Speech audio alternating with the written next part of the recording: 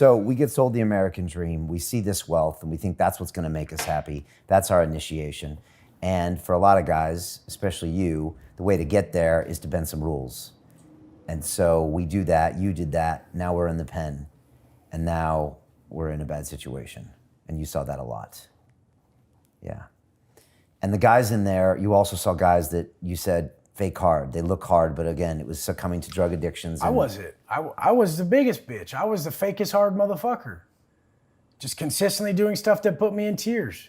I mean, just walking to, the only thing that's real is conscious congruency.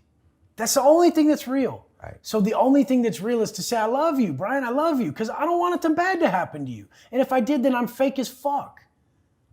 We can have arguments. We can have trouble. Why are you fake if you want something bad to happen to me? Because you don't want something bad to happen to you. You don't want something bad to happen to nobody. Like, nobody really wants that. It doesn't do anything for anyone. I'm human. I know you're lying. If you want me to believe that you felt joy off of someone else's misery, like that's the epitome of fake. Like you may be, those people are always drowned in vices, massive distractions, and they're just saying it. I can feel what they really feel. I'm not stupid. Right.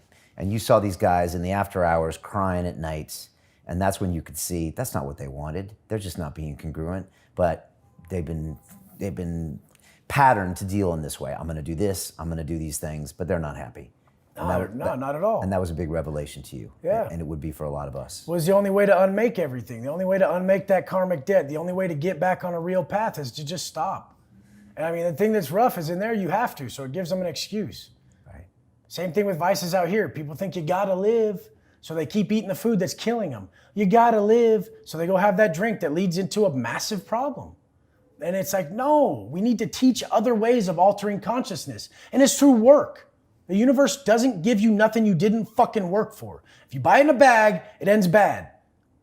Goodness is uneventful. It does not flash, it glows. There's no massive peaks and valleys. You're just cruising up.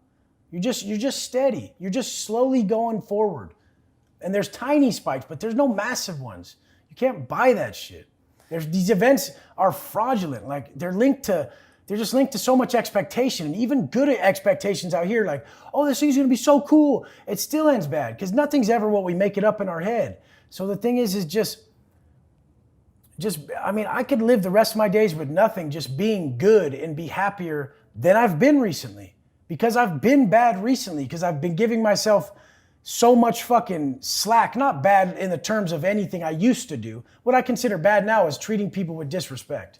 So what I consider bad now, treating with people with disrespect, that's a massive gauge of how far I've come. Because what I used to justify, I used to say I handed out people's karma when I would fucking shoot them or stab them or something. So I used to say I'm handing out their fucking karma. Fuck them. They did something. You know, they did it to me. And now I feel bad when I even argue with someone, and I gauge how long it takes for the window to alleviate.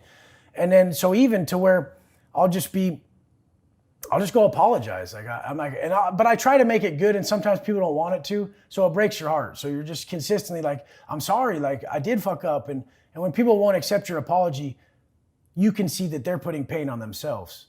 So resentment is truly drinking poison and wishing the other person to die. Resentment is killing people.